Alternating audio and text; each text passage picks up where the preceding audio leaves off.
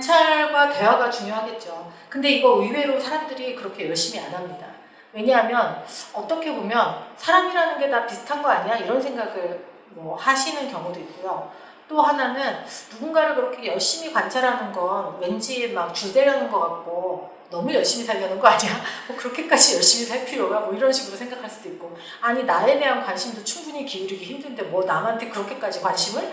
이렇게 생각하실 수도 있어요. 하지만 삶에서 일이 차지하는 비중이 워낙 크고 특히나 회사의 동료 또는 상사가 끼치는 영향력이 워낙 크니 이왕이면 이런 새로운 부서에 들어갔다라고 하면 좀 목적의식적으로 상사를 관찰하고 좀 뭔가 말을 붙여서 대화를 하려고 하는 노력 같은 거 저는 굉장히 필요하다고 생각을 합니다. 그런 노력을 주의 깊게 하는 분과 그렇지 않은 분은 확실히 리액션에서 차이가 나요. 그냥 목적의식적으로 관찰하고 일부러 대화에 이렇게 물꼬를 트려고 노력을 하고 그분이 뭔가 저한테 질문하지 않아도 제가 먼저 질문을 하고 그런 거가 되게 좋은 태도라고 생각을 하고요. 상사들이 제일 힘들어하는 사람들이 좀 주니어들이 말 시키기 전에 절대 말 안 하는 사람 되게 힘듭니다. 왜냐하면 그쪽도 이쪽을 관찰하고 있거든요. 그쪽도 이 상대에 대해서 알고 싶은데 얘가 말을 안 해. 그러면 일단 어려운 친구다. 커뮤니케이션 하기 되게 힘들겠구나. 이런 생각부터 먼저 하게 되겠죠. 그래서 먼저 물어보고 먼저 관심 가지고 관찰하고 이런 거 좋습니다. 그리고 사람마다 어떤 첫인상 같은 게 있잖아요. 그런데 그런 첫인상이나 아니면 처음 한 며칠 사이에 보여줬던 되게 강렬한 어떤 애티튜드 같은 게 있을 수 있는데 그것에 너무 매몰되지 않으시면 좋겠어요. 사람은 굉장히 다층적이고 복잡한 존재죠. 그래서 100% 나쁜 사람 참 찾기 힘들고 100% 좋은 사람도 찾기 힘듭니다. 대부분 장단점을 다 가지고 있고 그 중에 남들은 다 싫다고 하는 면이 나는 좋을 수도 있어요. 반대일 수도 있고. 그래서 인간이랑 복잡하고 해석하기 힘들고 그 다음에 누구에게나 장단점이 있다는 그런 정도의 어른스러운 시각을 가지고 사람을 보면요. 그렇게 섣불리 누구에 대해서 나쁘다 좋다라는 말을 하기가 굉장히 힘들어집니다. 그리고 하나의 어떤 말과 행동에 대해서도 좀 다르게 생각을 하게 되고요. 그런 정도의 이해를 가지고 또 그렇게 이해하려는 마음과 자세를 가지고 선배나 상사나 동료를 대하는 사람과 그냥 나한테 들어오는 정보가 있으면 거기에 대해서 되게 이렇게 이빠르게 또는 그냥 들어오는 정보에 대해서 바로바로 반응해 보이는 사람은 확실히 다르죠. 본인도 아차 실수했구나 이런 생각을 하게 될 위험이 굉장히 높고 그 상대편 사람도 쟤는 왜 저렇게 말하고 행동할까 오히려 이렇게 생각할 수도 있어요. 그래서 첫인상이나 나한테 강한 인상을 줬던 고정관념을 부르기 쉬운 어떤 사건, 액시던트 이런 거에 너무 매몰되지 말고 마치 이를 바라보듯 사람도 총체적으로 넓은 시야로 그리고 조금씩 알아간다는 마음으로 보시기를 바라고요. 그런 식으로 보다 보면 의외로 왜 이렇게 세상에는 안 귀여운 사람이 없단 말인가 다 귀엽게 느껴지기도 하고 이해할 만하기도 하고 심지어는 이해할 수 없고 굉장히 싫은 사람이라도 그것에 대해서 두려워하거나 아니면 화가 나는 게 아니라 이해하는 거죠. 이런 맥락 때문에 저렇게 말하는구나 또는 행동하는구나 라는 것을 알게 되기 때문에 맥락에 대한 이해를 한번 하고 나면 어떤 사람이 너무 믿거나 너무 싫지 않아지게 되는 것 같습니다. 새로운 부서에 적응을 하시게 될 때는 좀 그럼 나 자신이 굉장히 통찰력 있고 이해력이 있는 사람이지 라는 생각으로 너무 빠르게 판단하기보다는 알려고 노력하고 겸허하게 이해하려고 애쓰는 그런 자세가 굉장히 유용하다는 생각이 들어요. 일단 뭘 하면 절대 안 되는지는 제가 알 것 같아요. 아는 척하면 안 됩니다. 내가 모르는데 또는 한 100이면 30% 50% 정도 아는데 아는 것처럼 하면 안 되죠. 굉장히 많은 실수와 문제들은 모르는 걸 아는 척하는 사람들 때문에 생긴다고 봅니다. 그래서 모를 때 모른다고 말하는 게 맞고요. 모르는데요? 이거는 너무 바보 같잖아요. 모르는데요? 그러면 상대편이 그러겠죠. 아니 네가 모르면 누가 하시나요? 당연히 이렇게 물어보지 않겠어요? 담당자가 이제는 난데 그러면 뭐라고 대답을 해야 될까요? 그 일에 대해서 제가 전달받았지만 아직 충분히 파악하지 못한다. 또는 제가 전달받았을 텐데 기억하지 못하고 있다. 또는 제가 아직 전달을 못 받은 것 같은데 빨리 알아보겠다. 이렇게 말씀을 하시면서 그 다음에 반드시 뭘 덧붙여야지 될까요? 빠르게 알아보고 빠르게 이해하고 빠르게 커뮤니케이션 한 다음에 바로 피드백 드리겠습니다. 이 다음 말이 중요한 거죠. 모르는 건 괜찮아요. 왜냐하면 새로 왔는데 어떻게 알아요? 당연히 모르지. 물론 그래도 막 소리 지르는 그런 사람이 있을 수 있는데 그럴 때는 인간에 대한 깊은 이해. 그렇지. 세상엔 저런 사람도 있지. 저분이 어디서 상처받았는지 모르지만 그 상처에 대한 화를 나한테 내고 있구나. 안타깝고 불쌍하구나. 이렇게 이제 생각을 하시고 그분이 뭐라고 하든 네 선생님 제가 빠르게 체크하고 알아볼 뒤 연락드리겠습니다. 라고 얘기하면 되겠죠. 이 뒷말을 빼면 좀 뭐 답답하거나 좀 아쉬워 보일 수도 있는데 이 말을 덧붙이고요. 실제로 굉장히 빠르게 피드백을 하면 아무 문제 없습니다. 오히려 그렇게 일처리를 하면 이번에 온 후임이 굉장히 센스가 있으시더라. 예, 일손이 빠르더라. 이해력이 매우 높더라. 이런 이제 평가를 받으시게 되겠죠. 저 같은 경우는 업무를 빨리 파악하고 싶을 때 그 일을 바로 관심 갖거나 물어보지 않는 것 같아요. 그것보다는 그 일을 둘러싸고 있는 것에 대해서 먼저 이해하려고 하는 편이고요. 그걸 이해하고 나면 설사 잘 모르는 영역이라고 할지라도 희미한 관점 같은 게 생기고요. 예, 관점이 있어야만 어떤 일을 해결할 수 있는 길이 열리는 거죠.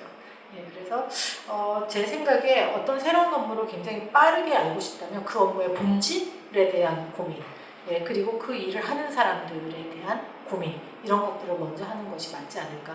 그 다음에는 아까 말씀드린 것처럼 러프하게 먼저, 요즘은 뭐 검색 너무 잘 되니까 가볍게 검색해보고 내 주변에 그 일을 이미 하고 있거나 아니면 잘할 것 같은 사람이 있으면 그 사람한테 빠르게 연락을 해보고, 예, 그 다음에 그렇게 주워 들었으니까 조금 더 딥하게 알아본 다음에 이제 그걸 진짜 잘하고 있는 사람을 만나서 밥도 사면서 얘기도 한번 들어보고, 예, 이런 방식으로 자료와 사람을 계속 이렇게 엮어가면서 그걸 그냥 쌓기만 하는 게 아니라 얘기하고 정리하고 알아보고 정리하고, 이 정리는 꼭 손으로 쓰거나 그래야 된다는 얘기가 아닙니다. 머릿속에서 정리를 하면 돼요. 예, 물론 써도 괜찮고, 예, 그런 방식으로 저는 업무를 파악하는 게 큰 그림부터 작은 그림으로, 예, 미세한 그림으로 나아가는 게 조금 빠른 방법이 아닌가라는 개인적인 생각을 갖고 있습니다.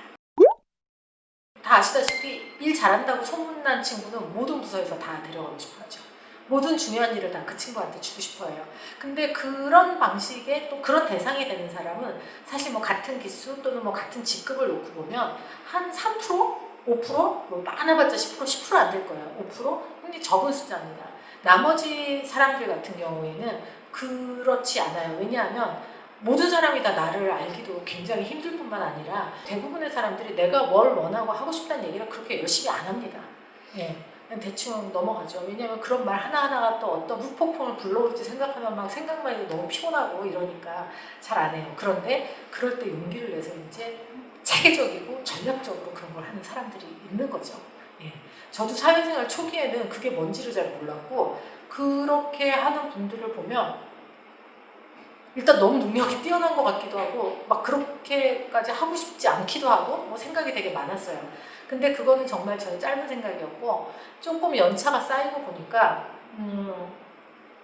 긍정적 의미의 좋은 정치력을 발휘하시는 분들이 굉장히 많더라고요. 어떻게 보면 되게 작다면 작은 문제지만 이런 것을 조절하고 내 것을 지켜내거나 아니면 적절하게 양보하면서 이렇게 균형을 잡아가는 것은 굉장히 뛰어난 정치력을 요구하는, 예, 그런 영역이 맞는 것 같습니다.